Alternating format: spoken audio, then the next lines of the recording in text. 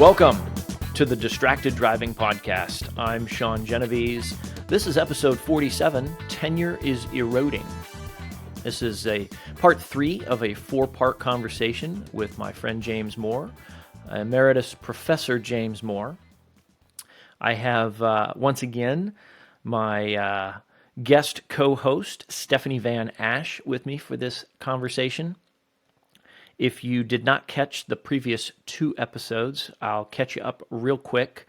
James Moore spent 35 years teaching at USC here in Southern California.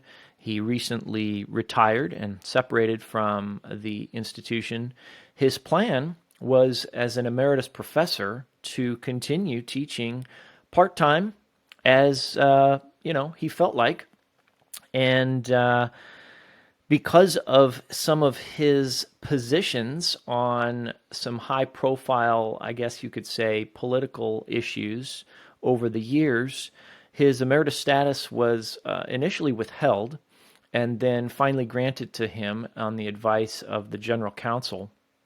And so while he is an emeritus professor from USC, he is persona non grata there in terms of continuing to teach. And that's pretty much the topic of the first 2 parts of this conversation, which led us into a little bit of a conversation about the pros and cons of tenure.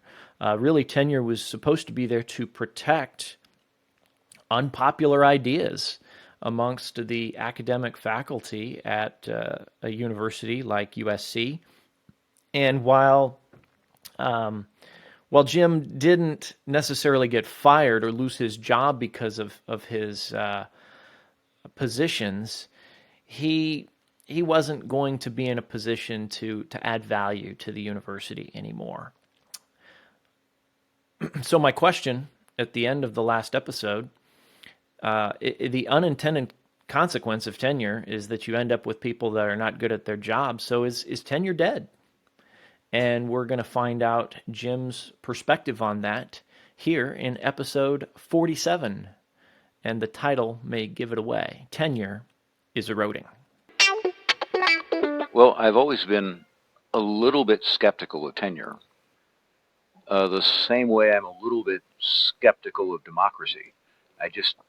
There are flaws. I just don't have a better option to offer. But I do think about it. So not every major institution has tenure. Pepperdine, which I think is a rather vibrant, interesting place, has never had tenure, to my knowledge. I shouldn't say never. Never in my experience have they had tenure. And so everybody there works on fixed-term contracts, and some of the contracts are fairly lengthy, and that seems to work out.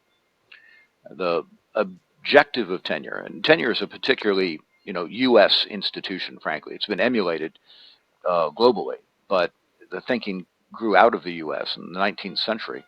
And the idea is to give faculty the latitude to have unpopular ideas without being fired. And the downside is that the way the tenure process works is you sometimes produce faculty of the sort that Sean wound up with, where you've got people who, frankly, are protected but not performing. And we do talk about mechanisms for trying to diminish those outcomes. It's one of the reasons it's so difficult to get tenure. When I said nobody owns the hiring process, that's because there's a great deal of consensus building that goes on when it comes to tenuring, giving somebody effectively what is a lifetime contract. And the criteria for tenure at a major research university like USC is you have to be a global expert on some relevant question. You have to be the world leader, the go-to authority. And the question could be quite narrow. It just has to be substantive enough that people agree it's important and that you, in fact, are the leader. And the way you, traditionally, the way that you reach that assessment is you ask other experts in the field. So there's a committee, a faculty committee that reviews the work of probationary faculty who want to be considered for tenure. And they make a decision about whether or not the work is good enough to ask others about it. And if it is, they clear that with the dean's office, and they go out, and the committee's job is to identify the experts in the field nationally or internationally, and to reach out to them and ask their comprehensive opinion of that scholar's work. And once that happens and a finding is made, and if the dean is in agreement, then the whole matter goes to the university. And yet another committee reviews both the process and the contents of the results it produces. And they make a recommendation that the provost then considers. And the provost effectively makes the decision, though nominally it's the president who's signing off on the appointment. So it's a process that is designed to avoid what happened to Sean. But sometimes it doesn't work as well as we want it to. And there is a perverse incentive in tenure. I mean, there is something of a moral hazard there. And that once you have the job, if you don't take seriously your the performance that you have promised, then you can probably still survive. You can underperform, and the system is ill-equipped to remove you. Now that actually factored into my decision to retire, because one of the things that you are tenured on is your ability to produce research funds, both the scholarship and the money, because there's a business dimension to what we do, and the quality of your teaching, and the quality of your service to your field and to the institution, and at many levels. So I was prepared to still say yes to most of that, but I was becoming reluctant to generate funded research, which was going to make it difficult to do the research because we use doctoral students to do the research, and we have to have money to pay for them. And the university doesn't pay for them, or much of them. The faculty pays for them. And if I wasn't going to do that, then I wasn't holding up my end of the bargain. So I didn't want to be a faculty member that others could look at and say, his decisions are hurting the institution. He's not buying into the model that he agreed to when we tenured him. He's not keeping his contract. And I declined to be in that posture. So that was part of my decision to go. It was not, part of it was not driven by some level of dissatisfaction with the way we were being run, but rather the way the market for what we were doing was organized. Tenure is eroding, and maybe it should. I mean, there are market forces that push in the opposite direction. 2011, probably 50% of the full-time teachers in the U.S. were tenured. I mean, there are federal statistics on this, of the full-time university instructors, colleges and universities. Now it's closer to 30%. At USC, That's a huge drop. 30. It is a huge drop, and it's entirely a result of market forces, because it used to be that people who weren't being hired to do research. Let me step back one step further. The conventional tenured faculty member is making a trade. He or she is probably there at the institution because they're committed to the research agenda, and being required to teach is part of what they offer in exchange, what they accept in exchange for the opportunity to be paid to do research. So even if I don't have research funding, I'm allowed to do research. I can't do as much as I can with research funding, but the university would still pay me to do the research once I was tenured. There were faculty who were prepared to teach only. And this was people who love universities and love university life and love the classroom. There are folks who are prepared to show up and teach only. And sometimes those folks are full-time elsewhere, and they understand the value of universities and want to stay connected. Those people would probably pay us to let them teach, frankly, though we haven't gone that far. And then there are also I'm not full-time going teachers. that far. And this was a good. I know, I understand. There was a small complement of full-time teachers, and they were the exception, not the rule. Most of the untenured folks in universities at one time were part-time. But this complement of full-time teachers grew, and they're more. The one reason they grow is because there are really two important revenue streams at research universities. It's either tuition and patient care if you've got a medical school, or it's tuition, right? And tuition is the center of the sun. So people who are prepared to spend more time teaching generate more revenue, and because they aren't being they don't have to be the best in the world on some narrow research question. Um, they can be paid less, and so you've got a group of full-time personnel who are producing more, consuming less in the way of resources. Even places that are as miserably managed as universities can be at times figure out that that's a good deal. And so when I got to USC, the I'd say the major complement of non-tenure track full-time professors was in the medical school. Medical schools have always been organized a little bit differently. They've got a stronger clinical focus. The Keck School of Medicine had maybe 1,200 faculty, 200 were tenured. They were the basic science faculty, and 1,000 were clinicians. They were research faculty, but they were, they were still faculty members. Engineering has always had a complement of research faculty. Um, Schools of business will sometimes have, I would say, had the leading complement of teaching faculty for many years. That is strictly teaching, people who are not doing research, but they tend to have smaller PhD programs. So they were operating in a different market than, say, engineering or medicine. And so all of these personnel complements evolved because of the individual schools' responses to market opportunities. And the, the demand for access to faculty positions is intense. The interest is intense. The opportunities to achieve tenure have been diminished. And universities really don't want more tenured personnel than they need. Tenured personnel are expensive.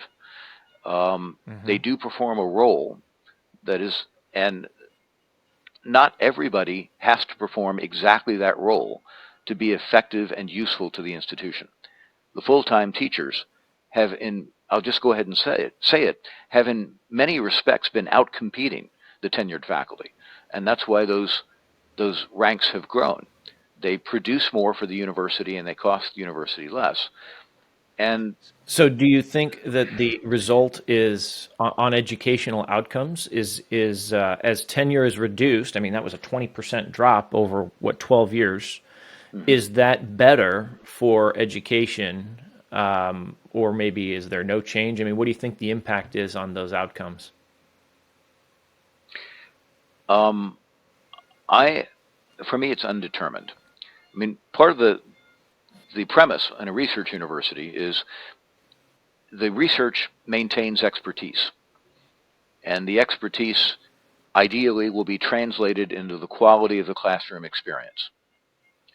Now, that doesn't always work the way it's supposed to.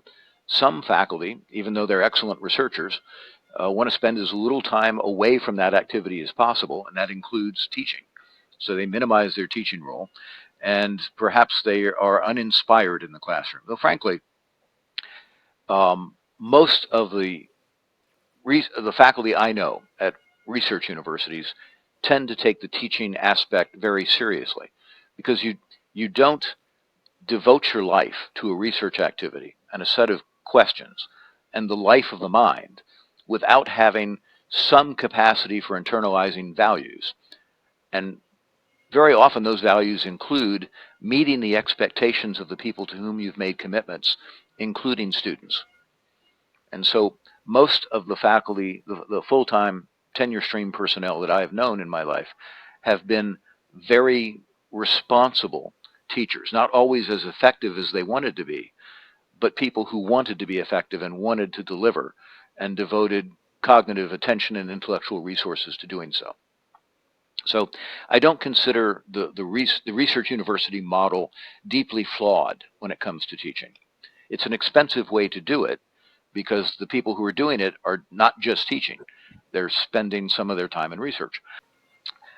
Some of the people who come to the teaching track love teaching first and foremost, and they get really good at it. And they don't have quite the disciplinary depth of the researchers, though they are very well trained. Most of the full-time teachers at research universities have doctorates or equivalent degrees. They don't necessarily have an active research agenda. They aren't writing, for the most part, research proposals.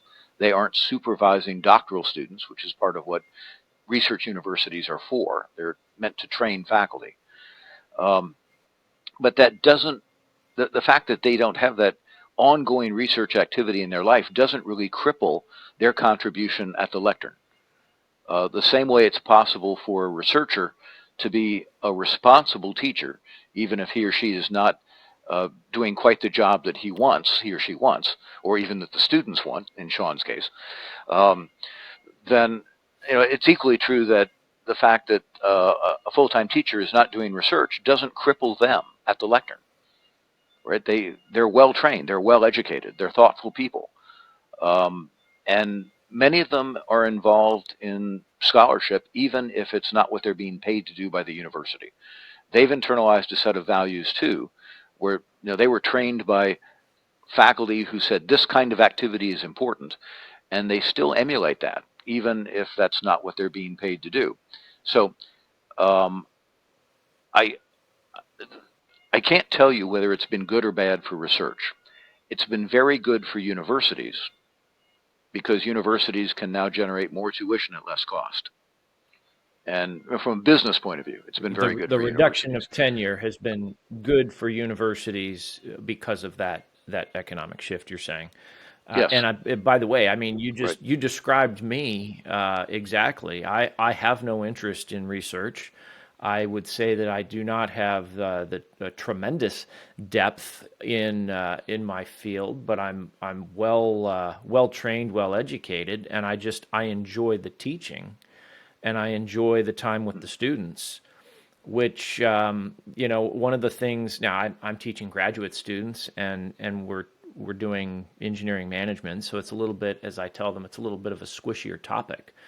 But I spend a lot of time just facilitating a learning environment for them where they can go and do research and go investigate things and then come back and analyze it. And let's have a conversation. Let's see how good a job you're doing. In that context, and this is a slight pivot, I talk all the time about YouTube University, and now we have the AI getting more and more popular, and we've just spent a good amount of time here talking about some of the pros and the cons of the university model and how expensive it can be, especially in that research model. So, what in your view is the future of higher education? Because I believe that the universities need to figure out how to stay competitive, because once the buyers for the product of the university, once the companies figure out that, you know what, I can get somebody who's equally skilled that didn't go to a 4U university and train them to do what I need to do at a much lower cost. When they figure that out, I think the university model's in trouble. And that's the end of episode 47, which is part 3 of our conversation with Emeritus Professor James Moore. You will get the answer to the question that we left off with about the future of the university education system in episode 48. That will be the fourth and final episode, the fourth and final part of our conversation with James Moore. I hope you're enjoying the conversation. I find it to be very fascinating. I love his very practical and economic approach to viewing the world, some of the world's problems and some of the challenges. I think that's a very interesting lens to view things through, and I think it's helpful and instructive. I've said for years, follow the money. And when you follow the money, a lot of the stuff that we've been describing and talking about over these past 3 episodes really becomes more clear. So if you agree with me, if you disagree with me, Love to hear from you. You can head over to distracteddrivingpodcast.com. There's an opportunity to leave comments on each of the episodes. You can find me on social media. We've got some show pages on Facebook and Instagram. You can find me or Rex or Steph on LinkedIn. A lot of different ways to get a hold of us, but we would love to have some feedback from our listening and viewing audience. Thank you for supporting the show. Thanks for watching. Thanks for listening, and we'll catch you next time on episode 48.